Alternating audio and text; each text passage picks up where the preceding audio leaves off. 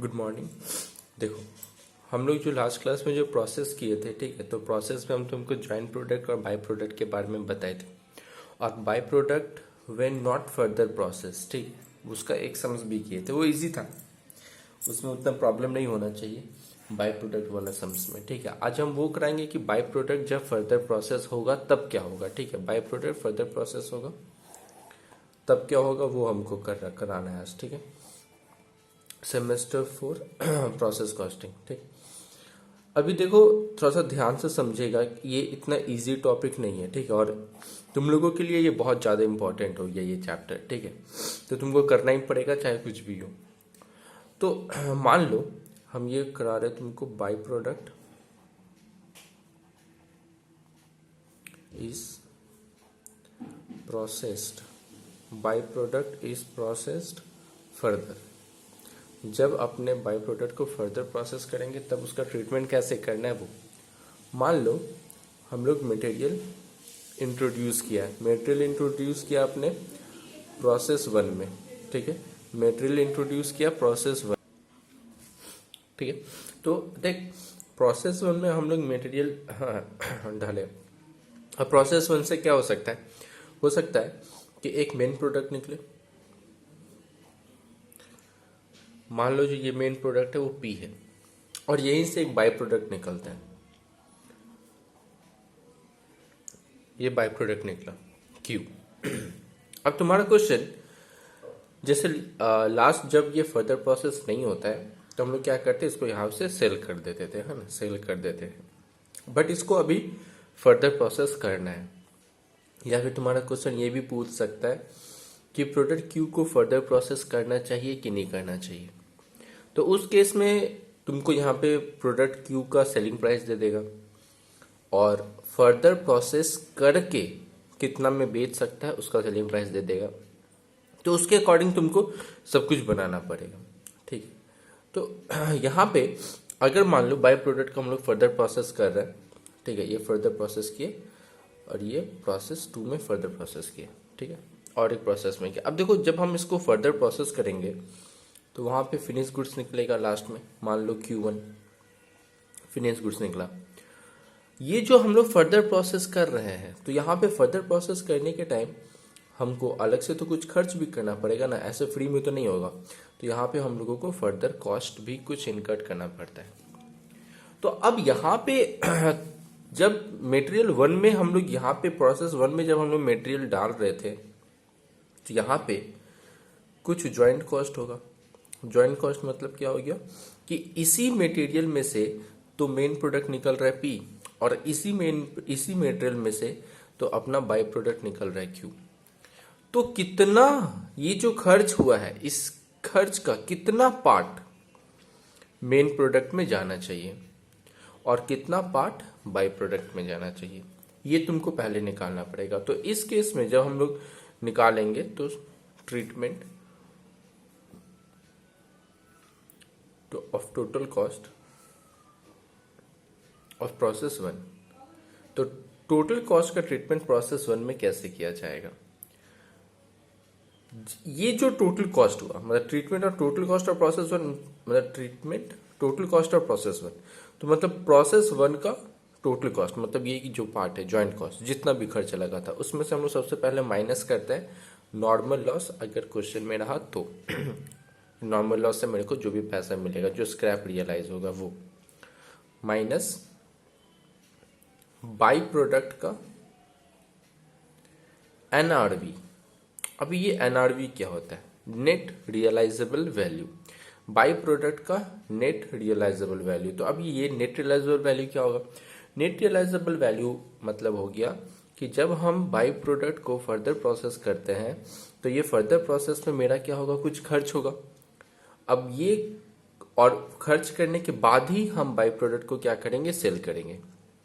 तो by product को cell करके जो हम लोगों को पैसा मिलेगा उसमें से इसको बनाने में, मतलब फर्दर कॉस्ट का जो भी खर्च होगा वो माइनस करेंगे, और बाई प्रोडक्ट के ऊपर हमको कितना परसेंट प्रॉफिट चाहिए था अगर क्वेश्चन में दिया हुआ है तो वो भी माइनस होगा, और उसको बेचने के लिए अगर कुछ खर्चा हुआ है तो वो भी माइनस होगा। सब कुछ माइनस करने के बाद जो बचता है उसको बोलते हैं नेट रियलाइजेबल वैल्यू। मतलब अगर हम तुमको अकाउंट बना के दिखाएं सिर्फ बाय प्रोडक्ट का, तो बाय प्रोडक्ट का जब तुम अकाउंट बनाएगा तो बाय प्रोडक्ट में मान लो कि हम लोग सेल कर रहे हैं, तो ये क्या लिखेंगे, बाई सेल। जो भी सेल करके अपने को पैसा मिलेगा वो टू एडिशनल कॉस्ट, एडिशनल मतलब फर्दर कॉस्ट, जो भी मेरा खर्च होगा इसको बनाने का, फर्दर कॉस्ट जो भी खर्च होगा वो वाला खर्च।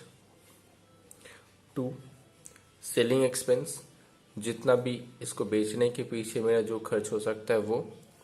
और to estimated profit, estimated profit मतलब कितना प्रॉफिट मेरा एस्टिमेटेड है तो ही हम फर्दर प्रोसेस करेंगे। जनरली क्या होता है क्वेश्चन ऐसा भी बोल सकता है कि मेरा अगर 25% प्रॉफिट होगा तो ही हम इसको फर्दर प्रोसेस करेंगे, वरना हम यहीं पे सेल कर देंगे। समझा? तो एस्टिमेटेड प्रॉफिट जो भी हो सकता है, एस्टिमेटेड प्रॉफिट 6,000 बोल दे, 5,000 बोल दे, तो जो भी एस्टिमेटेड प्रॉफिट है वो, अगर एस्टिमेटेड प्रॉफिट के बारे में कुछ नहीं बोलता है तो उसको जीरो कंसिडर करना है। ठीक है? इफ नथिंग मेंशन, अगर कुछ नहीं बोला जाता है तो इसको जीरो माना जाता है। ठीक है? इफ नथिंग मेंशन, इसको प्लस माइनस करके जो भी मेरा आएगा बैलेंसिंग फिगर, टू साइड आएगा, जो भी बैलेंसिंग फिगर आएगा तो वो मेरा होगा नेट रियलाइजेबल वैल्यू। ये चीज बैलेंसिंग फिगर निकलेगा, नेट रियलाइजेबल वैल्यू। ठीक है? और ये नेट रियलाइजेबल वैल्यू, ये जो एक बार नेट रियलाइजेबल वैल्यू निकला, इसके बाद तुम मेन प्रोसेस बना सकते हैं। जैसे ये जो हम बनाए, तो ये बनाने में क्या करेंगे हम लोग, पहले बाय प्रोडक्ट का नेट रियलाइजेबल वैल्यू, इसका एक अकाउंट बनेगा। अकाउंट बना के इसका एनआरवी निकलेगा। एनआरवी जो निकलेगा वो एनआरवी इस प्रोसेस में जाएगा। उसके बाद जाके ये वाला प्रोसेस बनेगा, और ये प्रोसेस जब बनेगा तब जाके इसका वैल्यू निकलेगा। मतलब तुम डायरेक्ट मेन प्रोडक्ट नहीं निकाल सकता। पहले क्या करेंगे, बाय प्रोडक्ट का बना के एनआरवी, एनआरवी निकालने के बाद उसको इसमें ट्रांसफर करेंगे। इसमें ट्रांसफर करने के बाद मेरे को मेन प्रोडक्ट का वैल्यू जो है वो पता चलेगा। ठीक है? अब देखो, अगर इस फॉर्मेट के अकॉर्डिंग ये बाय प्रोडक्ट बना ली, बाय प्रोडक्ट बनाने के बाद क्या पता चल गया, एनआरवी पता चल गया। एनआरवी पता करने के बाद हम लोग बनाएंगे प्रोसेस अकाउंट। जब तुम प्रोसेस अकाउंट बनाएगा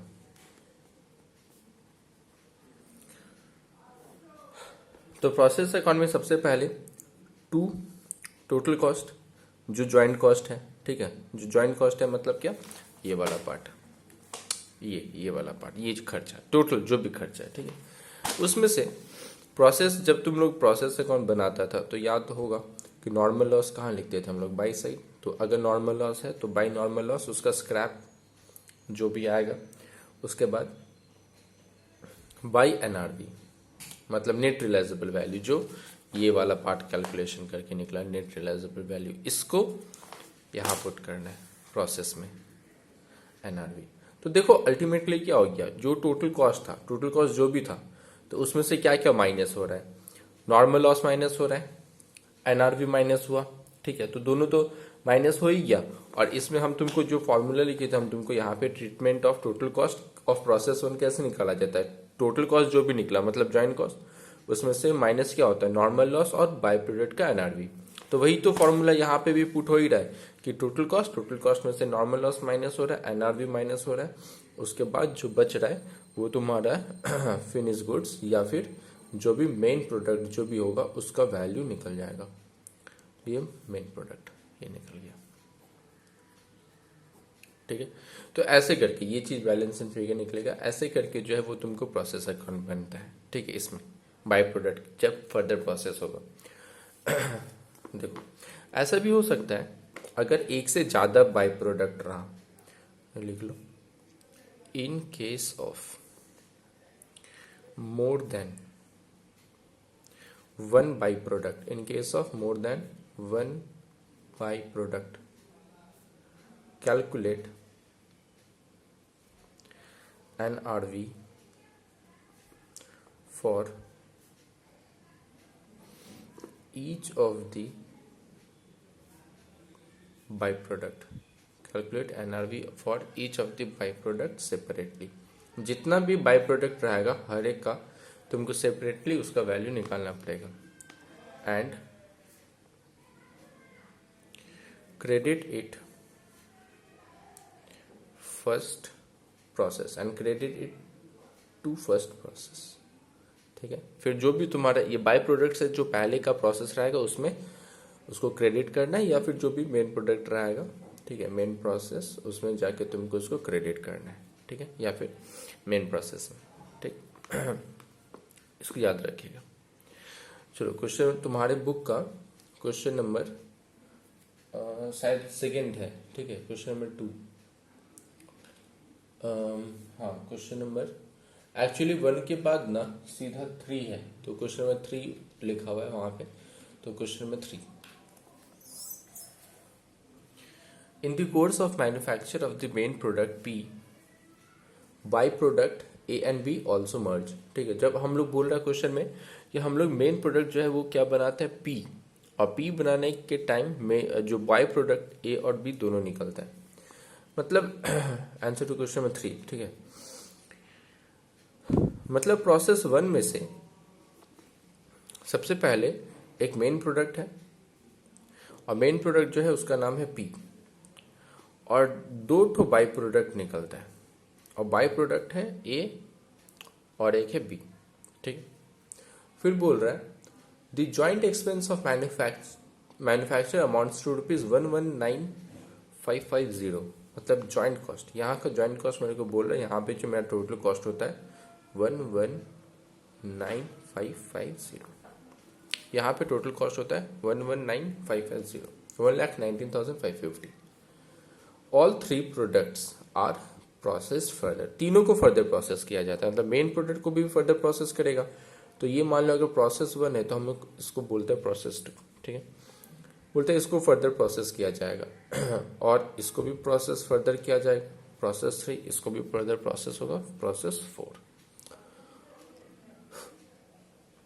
उसके बाद उसके नीचे में तुमको डिटेल्स दिया हुआ है। मेन प्रोडक्ट P का सेलिंग प्राइस है 90,000, मतलब P को फर्दर प्रोसेस करके यहाँ पे फर्दर प्रोसेस करने के बाद हम इसको सेल कर सकते हैं 90,000 में।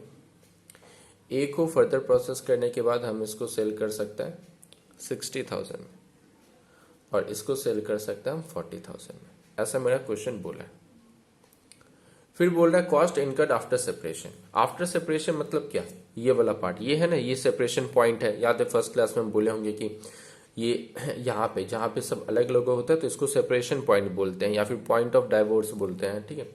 तो यहाँ से अपने को अलग अलग जो खर्चा होगा, मतलब सिर्फ पी को बनाने के लिए, पी का फर्दर प्रोसेस करने के लिए, फर्दर प्रोसेस मतलब प्रोसेस 2 का एक्सपेंसेस 6,000 है। ए का फर्दर प्रोसेस में मेरे को 5,000 खर्च लगेगा, और बी का फर्दर प्रोसेस करने में मेरे को 4,000 का खर्च लगेगा, ठीक है। ऐसा मेरा क्वेश्चन बोला है। फिर बोल रहा है profit as percentage on sale, हर एक प्रोडक्ट का प्रॉफिट दे दिया कि कितना परसेंट प्रॉफिट मेरे को कमाना है, ठीक है। टोटल फिक्स्ड सेलिंग एक्सपेंस जो बोला वो 10% of total cost of production which are apportion to the 3 product in the ratio of इतना। तो मेरे को बोला है कि सेलिंग एक्सपेंस जो होगा वो टोटल एक्सपेंस होगा, ठीक है, 10% ऑफ टोटल कॉस्ट, यानी कि मेरे को पहले निकालना पड़ेगा टोटल कॉस्ट ऑफ प्रोडक्शन। तो टोटल कॉस्ट ऑफ प्रोडक्शन, जब हम टोटल कॉस्ट ऑफ प्रोडक्शन निकालेंगे